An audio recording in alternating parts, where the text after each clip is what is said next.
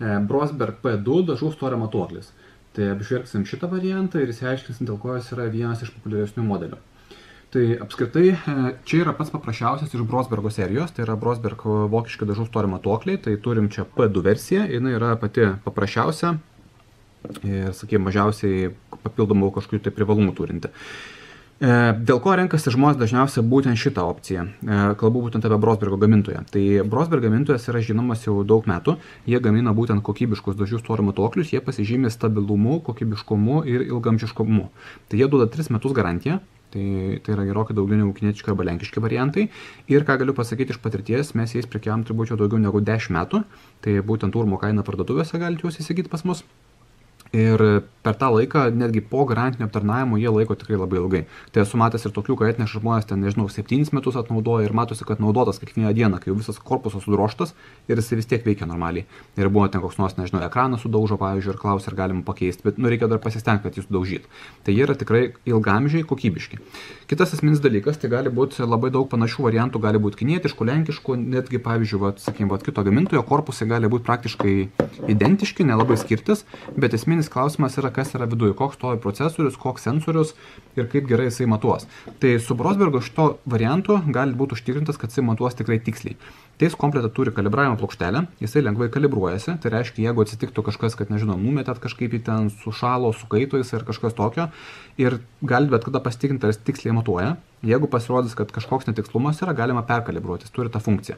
Tai lengvai galite padaryti patys pagal instrukciją, arba galite užvesti pas mus į urmo kainą parduotuvės Vilnių, Kaune, mes tai darom nemokamai, nesvarbu, kur jūs esate įpirkę, ar ten gavo dovanų ar panašiai, sukalibruojam padarom. Tai jis yra ilgamžis ir naudodamėsi gali būti užtikrinti, kad tikrai jis matuoja teisingai. Tai, sakykime, pačio korpuso apžiūrėjimas, tai jis mažas, kompaktiškas, patogu nešiot, turi gumuotą paviršių, kuris nebraižo automobilį, tai tinka puikiai automobiliam, tiek ir kitiem darbams su metalu. Jeigu dirbat su poliravimu, su dažymu, tai jis bus tikrai geras pagalbininkas. Kaip jisai veikia? Tai labai paprastai įsijungiat, naudojimas yra super paprastas, tiesiog bedat ten, kur norit pamatuot ir matot rezultatą. Tai gali būti rezultatas paprastas be fiksavimo, tiesiog dedat ir matuojat. Tai čia pavyzdžiui, pavyzdį tokį turiu. Tai vadinasi, galiu dėt matuot braukdamas per daiktą.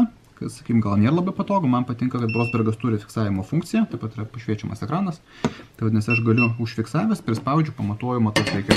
Tai reiškia, aš galiu tiesiog best, kur reikia, pamatuoju, matau 110, kitą vietą bedu, pamatuoju, čia matau 100 yra, čia vieta kažkokia biškė pašpakliuota, padažyta buvo, tai čia matau tik 70 yra, čia jau neoriginaliai dažyta, kitą vietą kažkokia juosta priklijuota, irgi metu, jis man užfiksuoja, garsinį signalą duoda, kad čia yra 200, pabandysiu kitą vietą, čia jau turiu 340.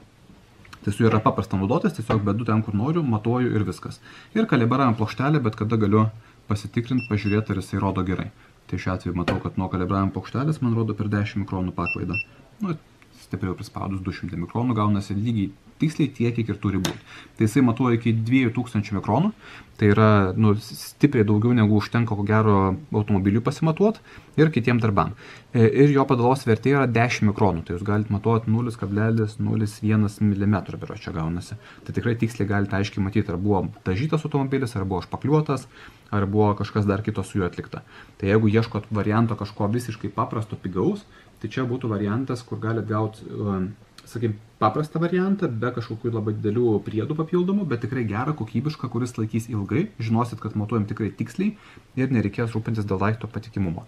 Tai ir taip pat turės išliekamą vertę, nes taip pat kaip iPhone'as, juos paprasta, visi žino, visi nusimano, lengva parduoti, net jeigu apsigalvos nuspręsti, kad jums jo nebereikia. Tai bus 3 metai garantija ir bus geras žinomas brandas.